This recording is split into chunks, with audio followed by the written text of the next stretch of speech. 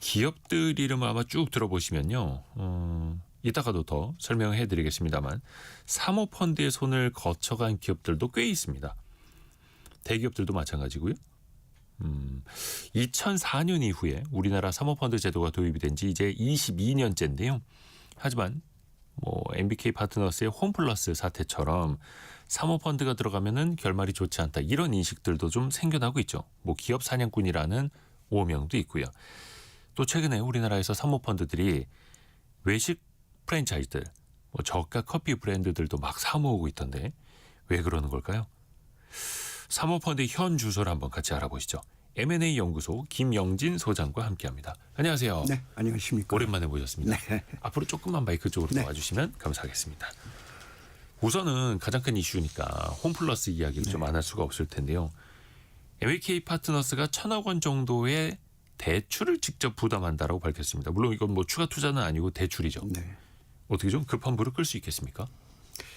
1,000억 갖고서 급한 불은 힘들죠. 아마 저희가 봤을 때 아마 여론에서 좀 밀리니까 여론을 좀 잠재우기 위해서 아마 그렇게 했던 것 같은데 왜 1,000억 갖고서는 안 되냐면은 1월 달에 홈플러스 임직원의 미지급 급여가 500억입니다.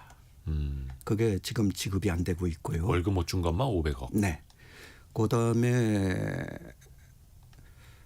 여러 가지 이제 그 지방세라든지 아니면은 전기료라든지 이런 걸로다가 미지급이 돼 갖고선 지금 압류 들어와 있는 자금 수준이 지금 한 900억 정도가 되고 있거든요. 그 두 개만 하더라도 1,000억이 넘지 않습니까? 그리고 매달 500억이라는 인건비는 계속 나갈 겁니다. 그렇기 때문에 1,000억 갖고서는 택도 없는 소리고 아마 지금 어제 구속 심사도 아마 했던 걸로 알고 있는데 여러 가지 이제 정치적 사회적인 이제 여론에서 이제 불리하니까 이런 식으로다가 우리 자체가 1,000억을 갖다가 낼 테니까 좀 다른 금융기관에서 한 3,000억 정도로다가 긴급하게 좀 도와달라 하는 식으로다가 지금 호소하고 있는 걸로다가 보여지고 있습니다. 그러니까 실질적으로 어떤 좀 여론전을 위한 것이지 판단하기에는 1,000억 가지고는 네. 홈플러스의 급한 불을 끄기에도 부족하다 이렇게 네, 맞습니다. 보시는 거고요. 어찌됐든 간에 지난주였습니다. 김병주 MBK 파트너스 회장에 대한 구속영장은 이제 기각이 됐다는 것에서 네. 불구속 상태에서 계속 이제 수사는 받고 이렇게 재판도 갈 수 있겠죠. 그러면 일단 홈플러스는 기업 회생 절차 들어가 있는데 네. 인수하겠다라는 마땅한 기업이 현재까지는 안 나오는 거잖아요. 김영진 소장님이 보시기에 네. 홈플러스를 인수할 만한 기업이 있을까요? 예전 후보군들 좀 나오긴 했잖아요. 네, 맞습니다. 언론에 이제 많이 이제 기사화돼 갖고서 많이 나오는데 기사를 쓰시는 이제 기자님들이 아마 추측성 기사들을 갖다가 쓰는 것 같아요. 대표적으로다가 언론에 소개된 업체들이 농협, 하나로마트를 운영하고 있는 농협, 네. 그다음에 온라인 쇼핑몰의 선도업체 쿠팡, 그다음에 현대백화점 정도가 아마 기사로다가 좀 나가고 있는 걸로 알고 있는데 M&A는 쉽게 얘기하게 되면은요 먹을 게 있으면은 달려듭니다. 하지만 홈플러스처럼 전혀 먹을 게 없고 이거 손댔다가는 계속적인 이제 마이너스만 된다 그러게 되면은 달려들 기업 하나도 없습니다. 그래서 이 회사 홈플러스 같은 경우에는 정책적으로다가 특혜를 주지 않는 이상 자연스럽게 M&A가 될 수 있는 구도는 아니라고 보고 있습니다. 그래요. 그동안에 사실은 MBK가 2015년에 인수한 이후에 네. 이제 만 10년이 넘었습니다.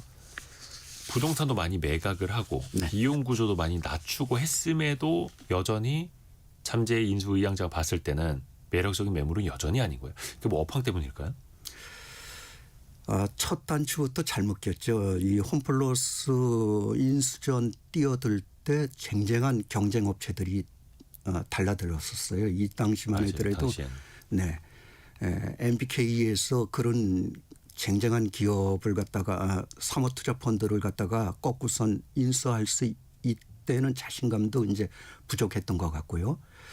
저희가 봤을 때 그 당시에 홈플러스의 적정한 인수가는 이마트를 기준으로다가 봤을 때요.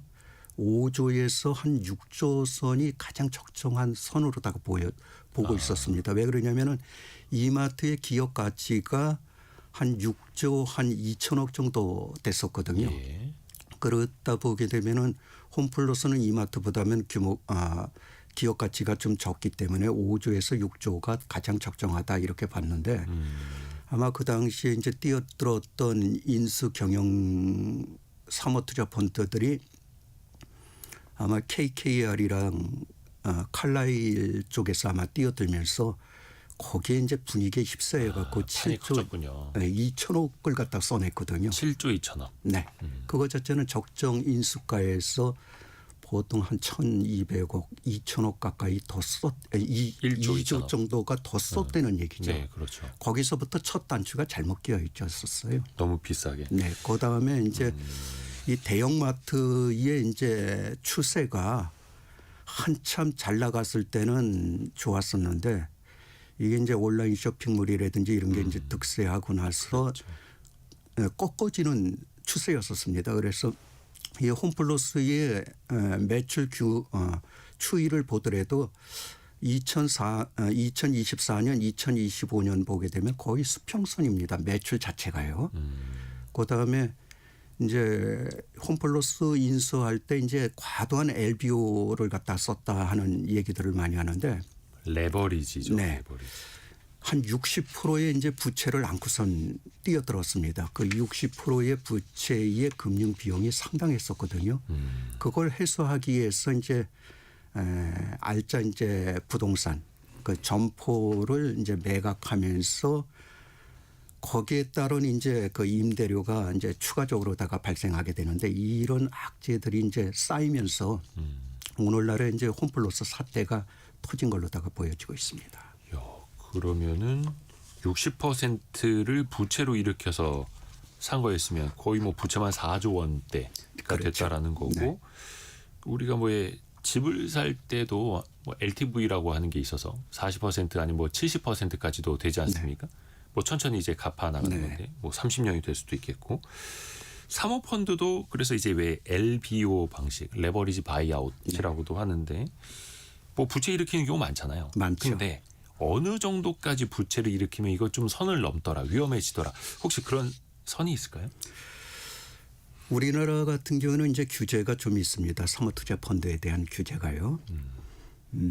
현행 그 실정법상 그 실정법이라면 이제 자본시장법인데 자본시장에 정확한 이제 조는 제가 까맣까맣한데 아마 249조에 아마 규정이 돼 있는 걸로 알고 있습니다. 일반 사모투자 펀드 같은 경우는 펀드의 순자산 규모의 400%를 넘지 못한다 하는 규정이 있습니다. 그다음에 기관이 참여한 그 사모투자 펀드도 마찬가지 이제 400%로다가 한정이 돼 있거든요. 네. 홈플러스는 적법하게 이제 그 작업은 해놨습니다. 400% 미만으로다가 들어와 있기 때문에요. 하지만 업계, 그냥 M&A 업계라든지 투자 업계에서 봤을 때는 담보 비율에서 60%를 넘게 되게 되면은 금융 비용 때문에 좀 위험하다 하는 속성들이 좀 있습니다. 정확하게 이제 홈플러스가 이제 거기에 이제 물론 맞춰 뭐 들었던 거죠. MBK는 당시에는 뭐 그렇게 턱에 차게 대출을 받아서 인수를 하더라도 네. 홈플러스가 잘 벌 것이라고 생각을 했겠으나 2015년 그 인수 시점이 정확히 쿠팡이 로켓 배송을 본격화하겠다 선언했던 그 해 아니겠습니까? 치열했던 거죠. 더 그래서. 근데 MBK 파트너스 같은 경우에는요. 그래도 굵직한 인수합병 많이 했습니다. 많이 했죠. 예전에 대우정밀, 코웨이 그리고 옛 ING 생명이죠. 오렌지 라이프 등등 맞습니다. 인수해서 또 잘 되판 사례들도 있는데 아시아 최대 사모펀드 운용사 이렇게도 표현을 하지 않습니까? 네. 김명주 회장 같은 경우에 뭐 지금 이제 삼성전자 주가 많이 올라서 좀 달라졌겠습니다만 우리나라 최고의 부자 반열에 오르기도 했었고 MBK는 언제부터 이렇게 커진 겁니까?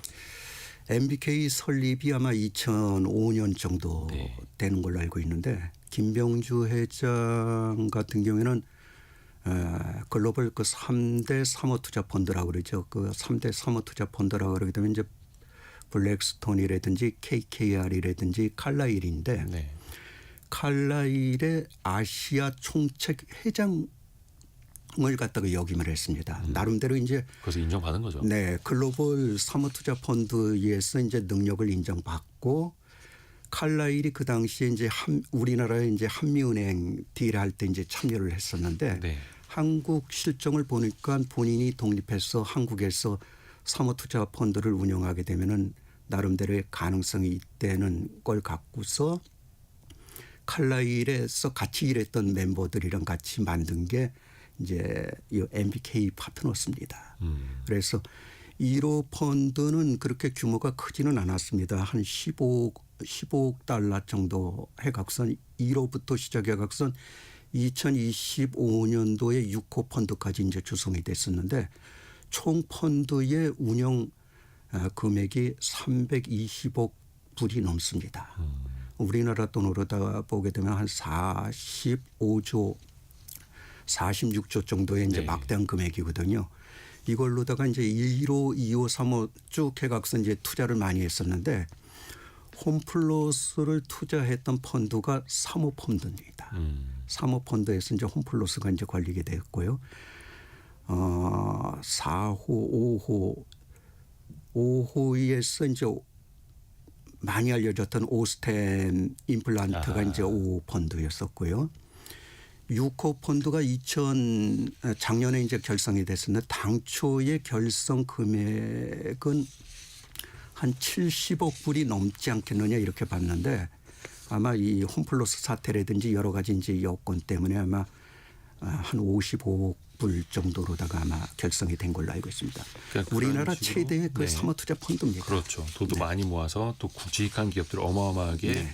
인수를 했던 아시아 최대 규모의 이제 사모펀드 운용사고 모르시는 분들을 위해서 4092님처럼 사모펀드는 사모님들만 하는 펀드인가요? 이렇게. 그 사모님 할 때 사모는 아니고 사적으로 모은다라는 거죠. 맞습니다. 49인 이하로. 우리나라 이제 법에 이제 그 규정이 돼 있죠. 그 일반인들은 49인. 네. 법적으로 허용된 이제 한도가 기간 포함해 각서는 100인 이하면은 사모투자 펀드를 결성할 수가 있고요. 네. 거기에 그 개인이라고 그래 각선 뭐 적은 금액으로다가 참여하는 게 아니라 한 3억 이상을 갖다가 투자를 해야지 됩니다. 그래서 사모펀드랑 이제 이렇게 대비되는 게 이제 공모펀드라고 해서 공개 모집하는 네, 공모펀드. 맞습니다. 그 은행이라든지 은행 창구라든지 증권사 쪽에서 일반인을 상대로다가 이제 펀드 조성하는 펀드들이 따로 있습니다. 그렇죠. 그래서 사적으로 모으는 게 사모펀드, 네, 맞습니다. 공적으로 모으는 게 공모펀드, 네. 이렇게 공개해서. 네. 그래서 사모펀드 같은 경우에는 어디 뭐 판매처에서 먼저 또 권유를 하면 또 안 되고 뭐 이런 또 규정도 있더라고요. 상당히 좀 폐쇄적이지만 나름대로의 그 공모펀드에 비해서 자율성은 좀 많이 그렇죠. 부여가 돼 있습니다. 아무래도 고액 자산가들 또 전문 투자자들이다 보니까 일종의 믿고 맡기는 네. 알아서 투자해 주시고 그래서 왜 영어로 블라인드 펀드라고도 또 표현을 하고요. 하여튼 그런 사모펀드의 시장입니다. 근데 이제 MBK의 사례를 보면 홈플러스 말고도요. 일단 투자를 하고 물론 이제 투자금은 회수를 해야겠습니다만 그 과정에서 차입금 이자 때문에 뭐 계속해서 그 회사에서 돈을 너무 빼나가는 것 아니냐 이런 비판을 산 적들도 있었어요. 네. 물론 이들이 봤을 때는 그게 금융이라는 기술입니다라고도 할 수 있겠으나 좀 어떻게 봐야 될까요? 사모펀드를 갖다가 이제 그 일반인들은 도덕적으로다가 보는 경향이 있거든요. 항상 이제 저 같은 경우는 이제 그런 얘기를 많이 하는데 투자 행위를 도덕의 잣대로다가 봐서는 안 된다 하는 얘기들을 많이 합니다. 펀드 자체는 수익을 갖다가 바라고선 들어왔던 돈의 집합체거든요.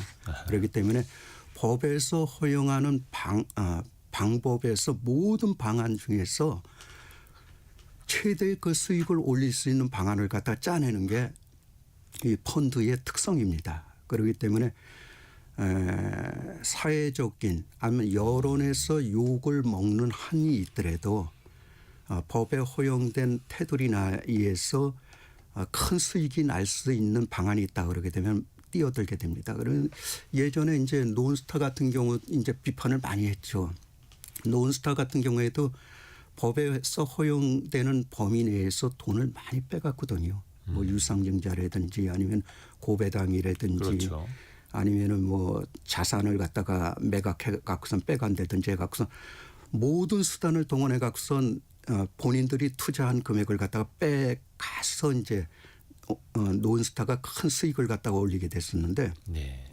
마찬가지입니다. MBK도 1,004표로다가 홈플러스에 들어온 게 아니라 수익을 바라보선 들어왔던 거거든요. 그렇죠. 그래서 뭐 자선사 팔라고 인수한 게 네. 아니니까요. 그래서 법에서 허용된 범위 내에서 여러 가지 이제 행위를 했는데 그 중에 이제 하나가 아까도 얘기했지 MBO 방식 거대한 이제 MBO 방식으로다가 들어왔던 것도 있었고 또 한 가지 이제 자산을 매각하고 그 매각한 점포를 재임대해서 또 이제 영업했던 행위 아니면은 이제 구조조정을 하려고 했었는데 이제 노조의 이제 극렬한 이제 반대 때문에 이제 구조조정까지는 못 갔는데 여러 가지 이제 행위들을 했는데 그게 이제 오늘날 이제 비판의 대상이 됐던 거죠. 금융 투자 행위를 도덕의 잣대로 보면 안 된다. 그렇죠. 사실은 그 사모펀드 안에 내가 가입해 있는 연금 기금이 투자를 하고 있을 수도 있는 거고 네. 우리가 또 간접적으로 뭐 사모 재간접 펀드도 이제 공모 형식으로 나오니까 일반인들도 아주 간접적으로 또 거기에 투자를 하고 있을 수도 있는 거니까요. 네. 돈에는 피가 흐르지 않는다라는 말이 또 여기서 딱 맞는 것 같기도 하겠고요. 네. 사모펀드 그 인수합병 이후에 가장 자주 발견되는 부작용이 있다면 또 어떤 게 있을까요? 아까도 얘기했지만 그 수익을 노리기 때문에 그 기업의 가치를 상승해서 제3자한테 매각하는 게 이제 교과서적인 방법입니다. 네, 하지만 그 기업의 가치를 갖다가 상승시키기 위해서는 비용이 발생되거든요. 그 비용 들어가는 비용 대비 수익이 안 나온다 하게 되면은 기업 가치 상승하는 작업을 하지 않습니다. 역으로다가 기업 가치가 하락하더라도 수익이 날 수 있다 그러게 되면은 과감하게 그 기업 가치를 갖다가 하락시키는 경향들이 좀 있거든요. 그걸 일반인들이 봤을 때는 상당히 비난들을 갖다가 많이 하게 되는데 왜 저 회사에 조금만 더 투자하게 되면은 좋은 회사가 될 텐데 투자를 안 하느냐 하는 형의로다가 이제 항의들을 많이 하는데 네. 사모투자펀드의 논리로서는 그게 통하지가 않습니다. 또 한 가지 이제 지금 그 식용유업 쪽에 이제 많이 이제 들어오게 되는데 그렇더라고요. 커피 전문점을 인수해서 가격을 인상했다.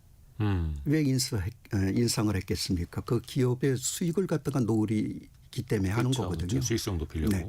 만약에 가격 인상을 하지 않는다 그러게 되면은 그렇게 그 큰 수익이 안 나올 거고 또 한 가지 그 기업의 현금이 많이 유입이 되게 되면은 법이 허용되는 한도 내에서 그 현금을 갖다가 재투자라든지 아니면은 빼가는 구도로다가 이제 투자 수익을 갖다가 환수를 하게 됩니다. 일반인들이 봤을 때는 왜 현금이 유입되는 걸 갖다가 빼가느냐 하는 식의 이제 비난들을 많이 하거든요. 그래서 일반인들이 보는 관점과 사모투자펀드를 경영하는 사람들의 관점에 상반된 논리들이 좀 있습니다. 그렇죠. 사모펀드 입장에서는 투자를 회수하기 위해서는 당연히 비용 구조 낮추고 네. 매출을 키워야 하니까요. 근데 최근에 보면은 뭐 최근도 아닙니다만은 왜 외식 프랜차이즈 브랜드들 어디 무슨 뭐 보쌈 족발집 네. 무슨 뭐 순대집까지도 사모펀드들이 네. 치킨집까지도 많이 인수를 했잖아요. 또 요즘에는 이른바 저가 커피 브랜드도 또 인수를 하고 있고 외식 브랜드를 좋아하는 이유는 뭡니까? 이 사모펀드들이. 건수로 봤을 때는 상당히 많은 건수들이 이제 들어오게 되죠. 이 지금 제가 홈플러스처럼 조 단위가 아니라 1,000억대 아니면은 적은 거 같은 경우는 뭐 500억대, 600억대 하기 때문에 건수로 봤을 때는 상당히 많아 보이거든요. 네네. 그거 첫째는 규모가 적은 사모투자펀드들이 들어오기 딱 좋습니다. 그런 경향이 있고 또 한 가지는 이게 그 설비 사업이 아니기 때문에 식용유업 같은 경우는 설비 사업이 아니기 때문에 큰 거대한 자금이 차후에 그 자금이 들어가지 않는 업종 중에 하나거든요. 하기 때문에 추가 상당히 투자를 할 필요 없는. 맞습니다. 그리고 또 한 가지 아까도 얘기했지만은 식용유 업체 같은 경우 특히 그 프랜차이즈 업 같은 경우에는 현금이 꾸준히 유입되는 업체입니다. 그렇기 네. 때문에 투자 자금을 회수하기 딱 좋은 업종 중에 하나거든요. 거기에다가 최근에 이제 그 커피 전문점이라든지 족발집이라든지 치킨집에 투자해 갖고선 수익이 발생했다 그러니까 어떤 사무투자펀드가 어떤 업종에 진출해서 수익이 났다 그러게 되면은 비슷하게 이제 또 다른 사무투자펀드들이 치고 들어오는 경향이 있습니다. 그래서 지금 추세로서는 식용유 업체가 사무투자펀드들이 들어가고선 수익이 날 수 있는 업체라는 이제 이야기들이 많이 나오니까 중견 이제 사무투자펀드들이 많이 이제 이쪽 업종에 치고 들어오고 있습니다. 최근에는 김을 만드는 업체들도 이제 들어오게 됐죠. 그래서 성경김인가요? 성경김 예, 같은 경우에는 이제 사모투자펀드가 인수해서 갖고 있다가 최근에 이제 삼천리 그룹 쪽에다가 이제 넘겨서 이제 수익 창출을 하게 됐는데 거기서 이제 수익이 났다 그러게 되면 다른 사모투자펀드들도 김 사업에 이제 참여하게 됩니다. 검은 반도체. 네, 맞습니다. 이제 또 해외 수출도 엄청나게 된다고 하는데 그 김 기업도 지인작에 또 사모펀드는 찜해 놨고 네. 그걸 이번에 속된 말로 이제 엑시트 하면서 또 이제 투자금도 회수를 한 거고요.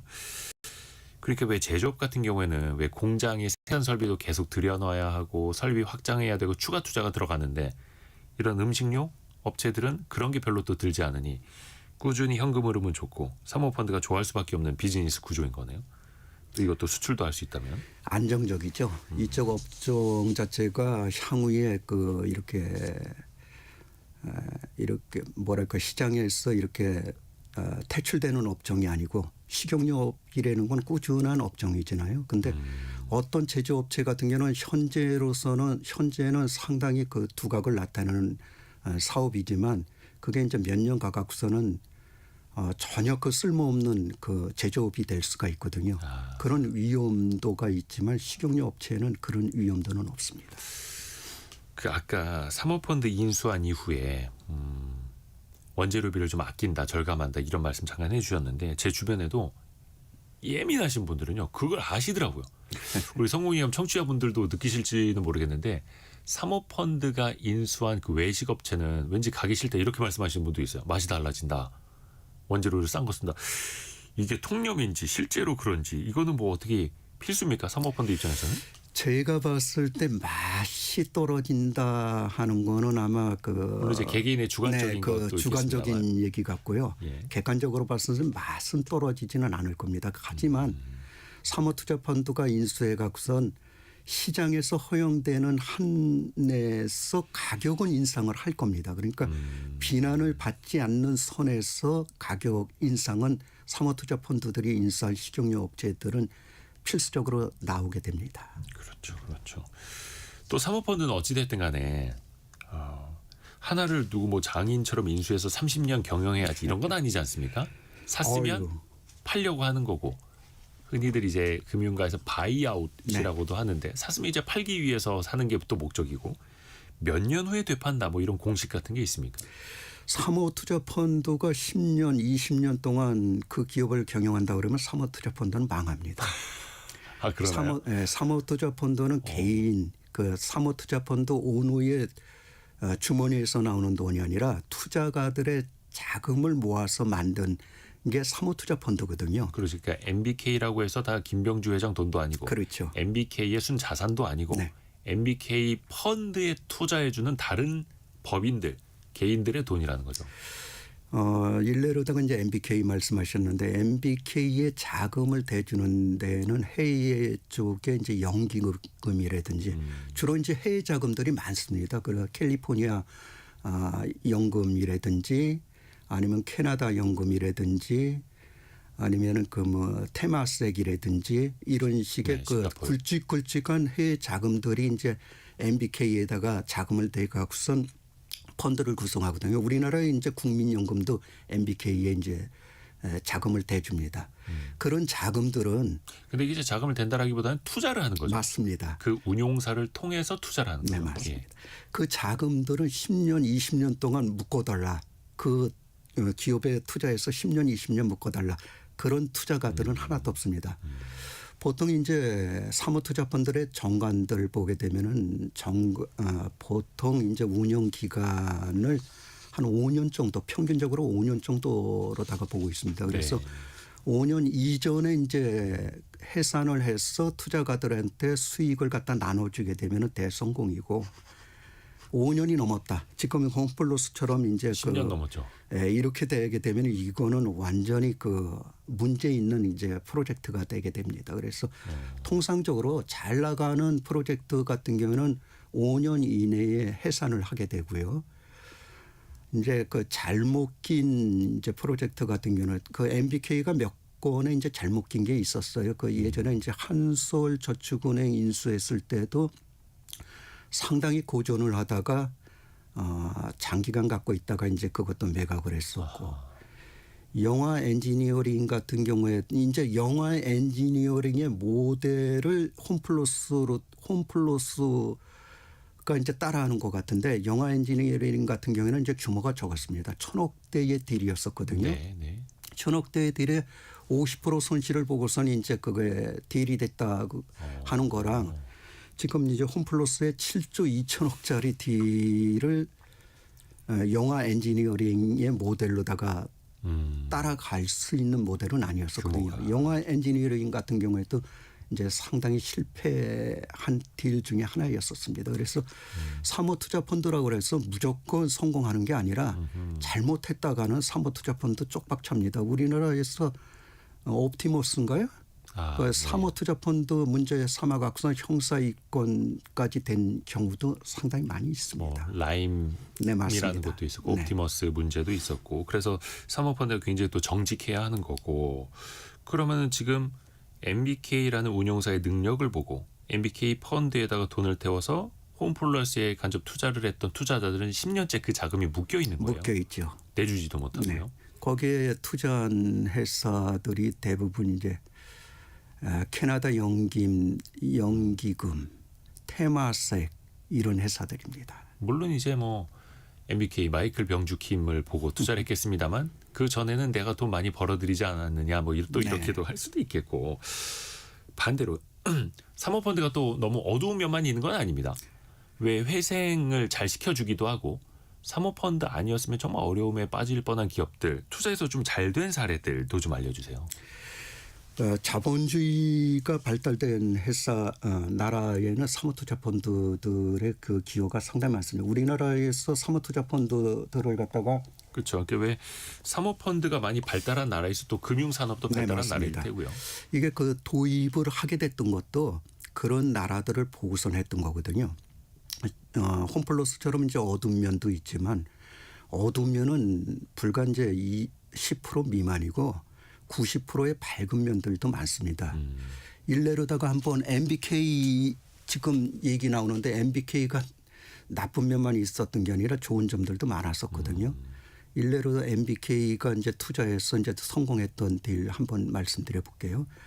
두산그룹 상당히 유동성 위기 때문에 힘들어졌을 아하. 때가 있었습니다. 그렇죠. 그때 이제 두산그룹이 갖고 있었던 아주 그 좋은 기업들이 이제 많이 이제 그 파산 직전까지 간 경우도 상당히 많았었거든요. 그때 이제 MBK가 어떤 회사에 들어갔었냐면 두산 공작기계인가요? 그런 회사에 아마 들어가게 됐을 겁니다. 그 MBK가 들어가지 않았으면 그 회사는 아마 전국적으로 이제 파산까지 갔던 회사였었는데 MBK의 자금으로다가 그 회사에 투자가 들어갔고요.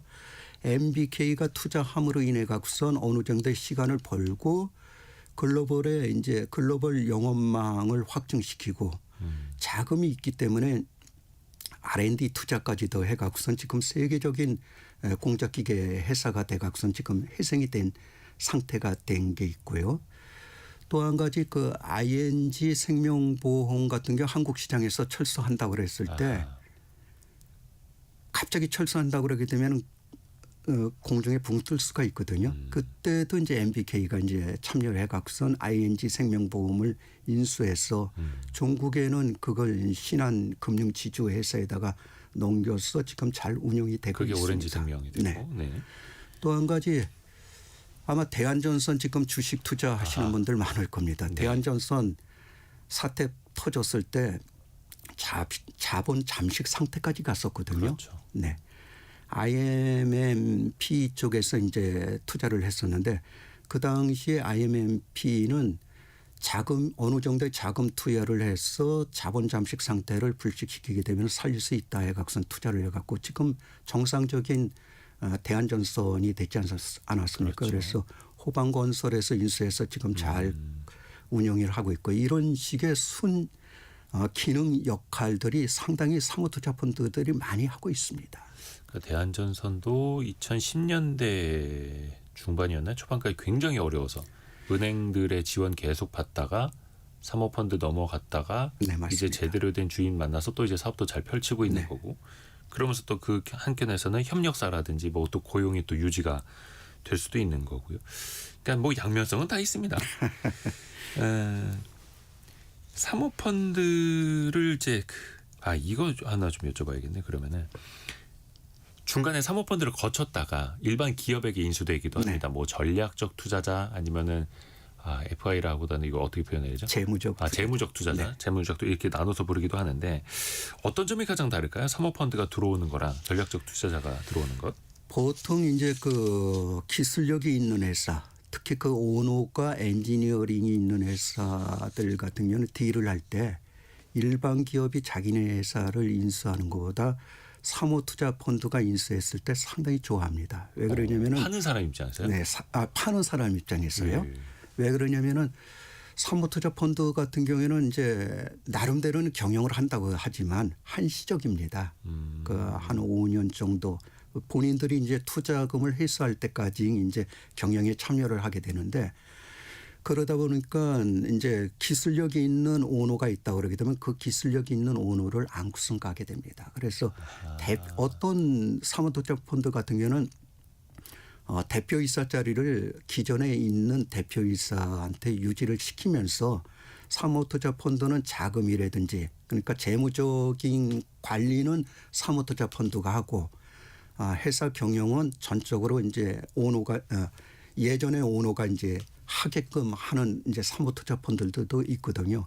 그러므로 인해 갖고선 회사를 정상화시킨 다음에 사모투자펀드들은 본인들이 투자한 투자금을 회수해서 나가면 되는 거고 또 한 가지 그 오너 입장에서도 잘 회사 경영을 잘하고 오너가 제3의 투자를 받아갖고 그 회사를 다시 살 수도 있습니다. 그런 기업들도 종종 있기 때문에 사모펀드에다 팔았다가 본인이 다른 네. 투자금 받아서 다시 되사고. 네.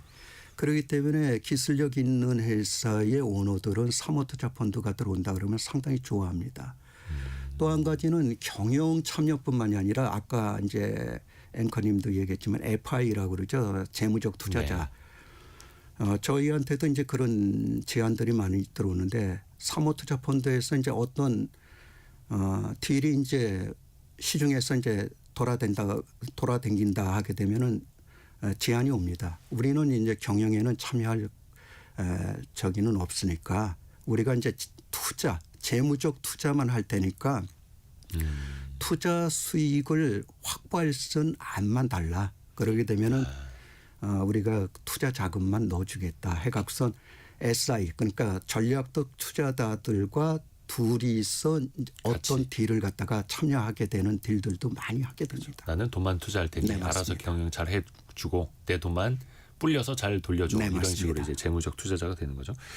근데 지금도 사실은 일반 개인도 사모펀드에 가입은 할 수 있습니다. 근데 앞에서 말씀해 주신 것처럼 최소 문턱이 한 3억 원 이상이다 보니까 이게 예전에 사모펀드 문턱 낮춘다고 해서 1억 원 이상으로 네. 했다가 라인펀드 사태 터지고 옵티머스 사태 터지고 하니까 아이고 안 되겠다. 다시 자산가들의 영역으로 전문 투자가들의 영역으로 만든 거. 그러니까 시장 전반적으로 봤을 때는 그건 어떻게 좀 평가하세요? 사모투자펀드 운영하시는 분들 입장에서는 일반인들 그 3억대의 일반인들이 들어오는 거는 그렇게 달가하지 않습니다. 예전에 저도 이제 그 KTIC 쪽에서 이제 펀드 조성하는 거에 이제 참여를 해서 봤는데 네. 개인이 개인이 들어오게 되면은 적은 투자금을 갖고선도 여러 가지 이제 좀 시달리는 경우가 있어요. 그 운영하시는 분들한테. 그러니까 예를 들어서 저기 네. 100억 투자한 사람은 그 아무 말 안 하고 기다리고 있는데 3억 맡긴 사람이 계속 막 배나라 감나라 하고요. 기관 투자자들 같은 경우는 이제 100억 어떤 데는 뭐 1000억대도 이제 투자하는데 기관 투자가들은 이제 그렇게 큰 그 관여는 하지는 않습니다. 그래요. 그래서 그렇죠. 적은 거 갖고서는 뭐 이렇게 저렇게 하지 않는데 개인들 같은 경우는 3억이라는 돈이 상당히 크거든요. 그럼요. 그렇기 네. 때문에 여러 가지 이제 좀 관여를 하기 때문에 일반적으로 이제 사모투자펀드 운용사들은 개인이 들어오는 건 그렇게 달가하지 않고 큰 사모투자펀드들은 대부분이 연기금이라든지 아니면은 그 저기 큰 자금을 굴리는 대기업에서 이제 들어오게 되지 개인이 들어오는 경향은 없습니다. 최근에 이제 신설 사모투자펀드 운용사들 그러니까 뭐 한 100억대의 이제 사모투자펀드를 운영한다 했을 때는 이제 기관보다는 이제 개인들이 들어오는 경향이 간간히 있습니다. 그렇죠. 그래서 근데 그 사모펀드가 기업을 인수하는 형식의 사모펀드인지 아니면은 사모펀드를 모아서 기업의 지분만 주식 투자를 하는 그런 또 사모펀드인지에 따라서 또 성향은 또 달라질 수 있고요. 오늘은 또 많은 분들이 궁금해하셨던 사모펀드의 세계 이야기를 좀 들어봤고요. 아까 이수기 님이 사모펀드 듣기만 해봤죠. 오늘 처음 자세히 알게 됐네요. 이렇게 또 보내주셨고요. M&A 연구소 김영진 소장이었습니다. 고맙습니다. 네, 감사합니다. 라디오 정보센터 다녀옵니다.